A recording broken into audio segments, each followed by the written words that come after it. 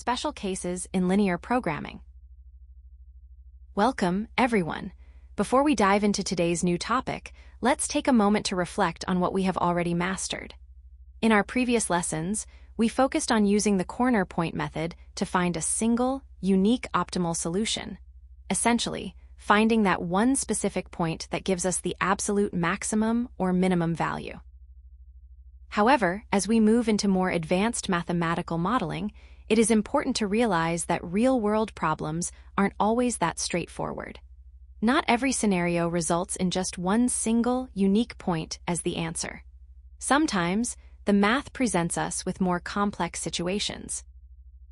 Today, we are going to explore these special cases in linear programming. We will look at specific scenarios where the constraints and the objective function interact in unusual ways, leading to results that differ from the standard single-point solution we are used to seeing. Keep this in mind as we move on to our first special case, multiple optimal solutions. Multiple optimal solutions, alternative Optima. Now, let's dive into our first special case. Up until now, we have mostly focused on problems where we find a single, unique optimal solution, meaning just one specific corner point gives us the best answer. Usually, the maximum or minimum value of our objective function, which we call z, occurs at one specific corner point. However, it is possible for two different corner points to yield the exact same optimal value. This is a crucial concept to grasp. If we have two corner points, let's call them P1 and P2, and both of them give us the same maximum or minimum value of z, then it isn't just those 2 points that are optimal. In fact, any point located on the straight line segment joining P1 and P2 will also yield that same optimal value. As we will see in the next slide, there is a very specific geometric reason why this happens. Geometric interpretation of multiple optimal solutions. Geometrically, this specific scenario occurs when the slope of your objective function line is exactly the same as the slope of one of your constraint boundary lines. In other words, the objective function line is parallel to one of the edges of your feasible region. Think of it this way: as you perform the corner point method, you are essentially sliding the objective function line across the feasible region to find the highest or lowest value. In a standard problem, the line hits a single corner point last before leaving the region. But in this special case, because the lines are parallel, the objective function line hits an entire edge of the feasible region all at the same time. Because the entire edge touches the objective function line simultaneously, it means that every single point located on that specific edge, not just the two corners, yields that same maximum or minimum value. Therefore, every point on that edge is considered an optimal solution. Now, let's look at the geometric interpretation of what we just discussed regarding multiple optimal solutions. You might be wondering, how does this actually look on a graph? Real-world example, product mix optimization. Now that we understand the theory behind multiple optimal solutions, let's apply it to a practical scenario. Imagine you are running a small bakery. In our model, we are producing two different types of products: chocolate cakes, which we will represent by the variable x, and vanilla cakes, represented by the variable y. Our first step in this optimization process is to define our objective function. In any business model, our primary goal is usually to maximize profit. In this specific case, let's assume that the profit earned from selling one chocolate cake is the same as the profit from one vanilla cake, which is 100 units. Therefore, our objective function, which we'll call z, represents the total profit. We can write this as z equals 100x plus 100y. Our goal, as we will see in the following steps, is to find the values of x and y that make this total profit z as large as possible. Real-world example, product mix optimization, continued. Now that we have established our objective function in the previous slide, where we are looking to maximize our profit from both chocolate and vanilla cakes, we need to move on to step 2, defining our constraints. In any real-world production scenario, we don't have infinite resources, so we must account for our limitations. First, let's look at our oven space. This inequality, x plus y is less than or equal to 10, tells us that the total number of chocolate and vanilla cakes we produce cannot exceed 10 units due to the capacity of our oven. Next, we have our labor hours constraint. This is represented by the inequality 2x plus y is less than or equal to 15. This means that because chocolate cakes might require more preparation time, the total labor used by both types of cakes must stay within our 15-hour limit. Finally, we must always include our non-negativity constraints, which are x is greater than or equal to 0 and y is greater than or equal to 0. This is a mathematical necessity because, in the context of our bakery, it is impossible to produce a negative number of cakes. Keep these boundaries in mind, because in the next slide, we will use them to identify the corner points of our feasible region. Real-world example, product mix optimization, continued. Now that we have defined our objective function and our constraints in the previous steps, we move on to step 3, which is identifying our corner points. By graphing the inequalities we just listed, specifically the oven space and labor hour constraints, we can clearly see the boundaries of our feasible region. The vertices, or the corner points, where these boundary lines intersect are the origin 0, 0, 7.50, 5, 5, and finally 0, 10. Keep these specific points in mind, because in the next step, we are going to plug each of them into our profit equation to see which one gives us the best result. Real-world example, product mix optimization, continued. Now that we have identified our corner points from the previous slide, we move on to step 4, where we evaluate our objective function.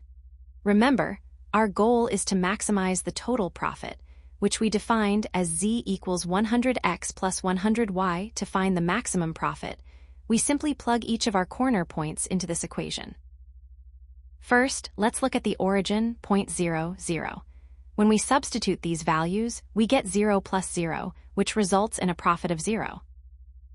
Next, let's test the point 7.50. This gives us 100 times 7.5 plus 0, which equals 750. Now, pay close attention to the next 2 points, as this is where the special case we discussed earlier begins to appear. When we plug in the 0.55, we get 100 times 5 plus 100 times 5, which totals 1,000. Finally, let's check the point 0, 10. Here, we have 100 times 0 plus 100 times 10, which also gives us exactly 1,000. As you can see, we have a tie. We have reached the same maximum value at 2 different corners, which leads us directly into our analysis in the next slide. Real-world example, product mix optimization, continued. Now, let's take a moment to analyze the results we just calculated in the previous step. If you look at our evaluations, you'll notice something very interesting. Both the 0.5, 5, and the 0.0, 10 yield the exact same maximum profit of $1,000. This brings us to our final conclusion for this specific bakery example. Because these 2 corner points produce the same optimal value, it means that any combination of chocolate and vanilla cakes located anywhere on the straight line segment connecting the 0.5, 5 to the 0.0, 10 will also result in that same profit of $1,000. In practical terms, this means the bakery isn't stuck with just one rigid production plan. They actually have multiple different production options that all achieve the same maximum profit. This is a perfect real-world illustration of what we call multiple optimal solutions, which we discussed briefly at the start of this lesson. No feasible solution, infeasibility. Now, let's shift our focus to a different kind of special case. Up until now, we've been looking at scenarios where a feasible region exists, even if it has multiple optimal points. However, we must also be prepared for a situation known as no feasible solution, or what we call infeasibility. In some real-world mathematical models, you might encounter a situation where it is simply impossible to satisfy all the given constraints at the same time. This happens when the requirements you've been given are fundamentally at odds with one another. Geometrically speaking, when this occurs, there is no common region shared by all the constraints. In other words, there is no overlapping area on your graph that satisfies every single inequality simultaneously, meaning no solution exists that meets all your criteria.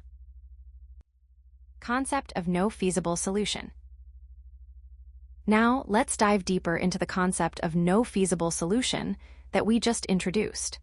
Mathematically speaking, a system of linear inequalities has no feasible solution if the intersection of all the half-planes defined by your constraints results in an empty set. Now, don't let that terminology intimidate you. What this means is that when you shade the regions for each individual constraint, there is no area where all those shaded regions overlap. To put this in much simpler terms, there is no single point, x, y, that can make every single inequality in your problem true at the same time. In the next few slides, we are going to look at a real-world example involving nutrition to see exactly how these contradictory requirements create a situation where a solution simply cannot exist. Real-world example, conflicting requirements. Now, let's shift our focus from the previous example of multiple solutions to a different special case, infeasibility. To understand this, let's look at a real-world scenario involving conflicting requirements. Imagine a nutritionist is tasked with designing a specific diet for a patient using two different food supplements, which we will call X and Y. Our first step in this modeling process is to establish the minimum requirements for the patient's health. For instance, the patient must consume at least a certain amount of vitamin A. We can represent this mathematically with the inequality. X plus Y is greater than or equal to 10. Real-world example, conflicting requirements, continued. Now, moving on to step 2, we need to establish our maximum limits. In this scenario, we are looking at constraints like budget restrictions or perhaps toxicity limits from the supplements. This means the total combined amount of supplement X and supplement Y must be less than or equal to 5. Mathematically, we express this as X plus Y is less than or equal to 5. Next, in step 3, we must always include our non-negativity constraints. Since we are dealing with physical quantities of supplements, we cannot have a negative amount. Therefore, we state that X must be greater than or equal to 0, and Y must also be greater than or equal to 0. As we move to the next slide, we will attempt to graph these specific inequalities to see if a common region actually exists. Real-world example, conflicting requirements, continued. Now that we have established our two conflicting requirements, the minimum need for vitamin A and the maximum limit for our budget, let's move on to step 4, where we attempt to graph this region to see if a solution actually exists. First, let's look at our first constraint. X plus Y is greater than or equal to 10. When we plot the boundary line, which is X plus Y equals 10, the greater than or equal to symbol tells us that our feasible area must lie above or directly on that line. Next, we look at our second constraint. X plus Y is less than or equal to 5. For the boundary line where X plus Y equals 5, the less than or equal to symbol means our solution must be located below or on that line. As we prepare to look at the intersection in the next slide, notice how these two requirements are pulling our possible solutions in completely opposite directions. Real-world example, conflicting requirements, continued. Now, let's move on to step 5, where we observe the intersection of our constraints. If you look at the two lines we just discussed, you'll see a clear problem. We are looking for a point where the sum of X and Y is at least 10, but at the same time, that same sum must be no more than 5. Mathematically, it is impossible for a single value to be simultaneously greater than or equal to 10 and less than or equal to 5.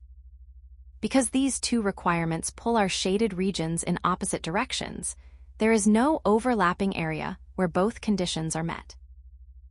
This brings us to step 6, our final conclusion for this example.